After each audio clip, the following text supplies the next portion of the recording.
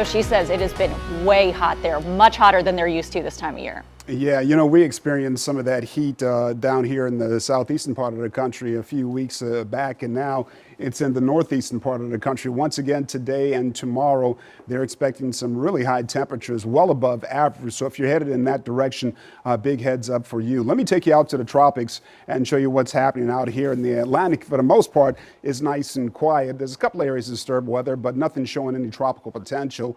The Caribbean, a few areas out here as well. Nothing really showing potential for tropical development in the Gulf of Mexico. That's a little bit different. There's something trying to get started here in the southwestern part of the Gulf of Mexico. As you can see, not very organized right now. The National Hurricane Center, however, has designated this as potential tropical cyclone #1 over here in the southwestern Gulf of Mexico.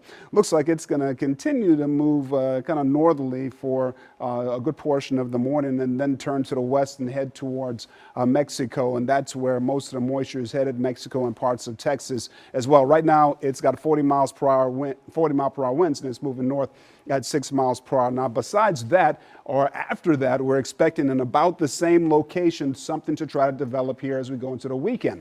Right now, 20% chance of something developing in the next 2 to 7 days, and we're keeping our eyes out here in the Atlantic as well, as there's a low chance of something developing and moving towards the southeastern coast of the United States over the next several days as well. But here is potential tropical cyclone #1 as we go into Wednesday night. Most of the moisture over here in Mexico and parts of Texas as well. And then take a look at this. This model, unlike the European model, is definitely showing some potential for something developing and moving towards Florida as we go into Friday. And then down here in the southwestern Gulf of Mexico, it's also indicating the possibility of something developing there as we go into the weekend, similar to the European model.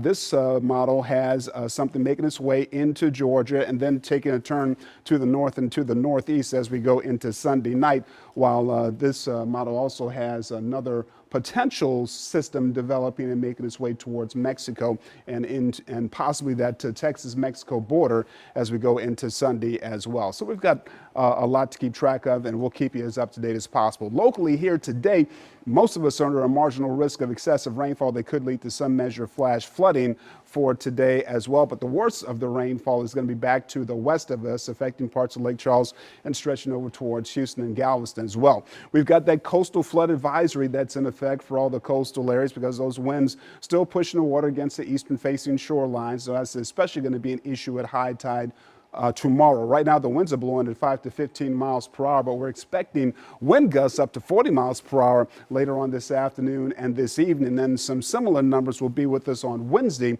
afternoon and evening. Right now, it's light rainfall for the most part across parts of southeast Louisiana, and I'm expecting some scattered showers and storms, if not numerous showers and storms later on this afternoon.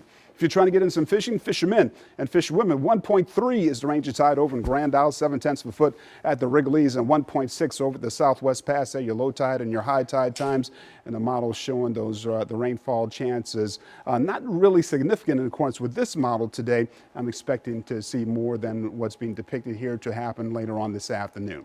Here's a quick look at your WDSU first 1 and 7 day forecast. Rain chances going down between today and Juneteenth, and it looks like we'll be at about 20% Friday through Sunday. Damon, thanks so much. At 5:20.